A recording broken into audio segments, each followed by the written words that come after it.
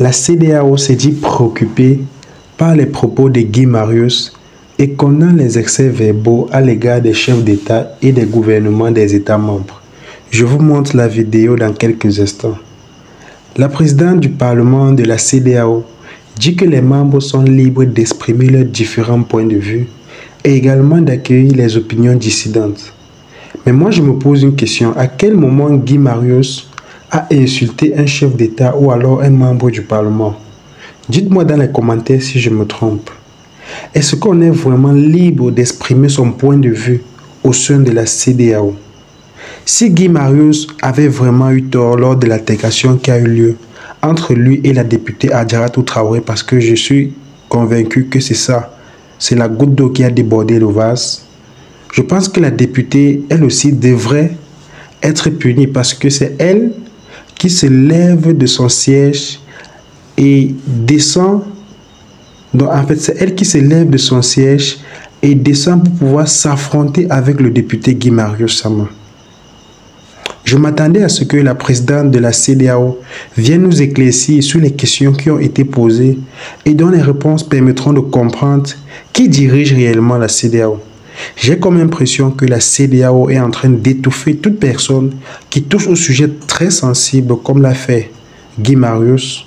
La CEDEAO est-elle toujours la CEDEAO des peuples? Que pensez-vous? Dites-moi ce que vous pensez dans les commentaires. Écoutez la vidéo jusqu'à la fin et on se prend juste après. Déclaration du bureau du Parlement de la CEDEAO.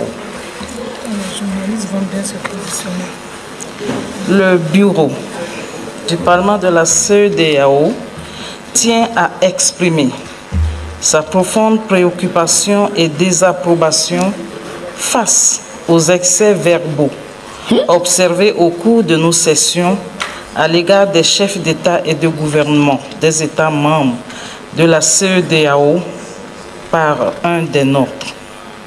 En tant que membres, nous sommes libres d'exprimer nos différents points de vue et d'accueillir les opinions dissidentes, à condition que ces points de vue soient guidés par les valeurs de respect, de solidarité et de coopération qui sous-tendent notre organisation régionale. Par conséquent, toute remarque non parlementaire ne sera pas admise ou tolérée car elle ne s'inscrit pas dans l'esprit de fraternité et de collaboration qui doit prévaloir au sein de la région de la CEDEAO et au-delà. Le Bureau reconnaît et apprécie les efforts de nos pères fondateurs qui ont longtemps travaillé à renforcer notre intégration et notre unité afin de promouvoir la paix, la stabilité et le développement économique dans notre région. Le Bureau condamne donc fermement toute déclaration ou action qui contredit les principes et les valeurs de la CEDEAO et qui a tendance à jeter le discrédit sur l'institution. Le Bureau exhorte vivement tous les parlementaires à continuer de travailler dans l'intérêt de l'intégration régionale et du bien-être de nos populations. Les défis auxquels nous sommes confrontés exigent une coopération renforcée et un dialogue constructif, et non des attaques verbales et des divisions. Le Parlement de la CEDEAO reste engagé à la promotion des principes de la démocratie, de la bonne gouvernance et du respect des droits de l'homme. Notre statut de Parlement communautaire ne nous dispense pas de l'obligation de respect et de courtoisie envers nos chefs d'État et de gouvernement. Le Bureau exhorte tous les membres du Parlement à agir conformément à l'acte additionnel et au règlement intérieur du Parlement de la CEDEAO.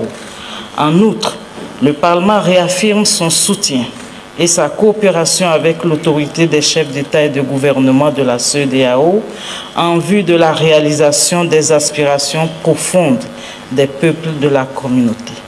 Fait à Abuja, le 22 juillet 2024, le Bureau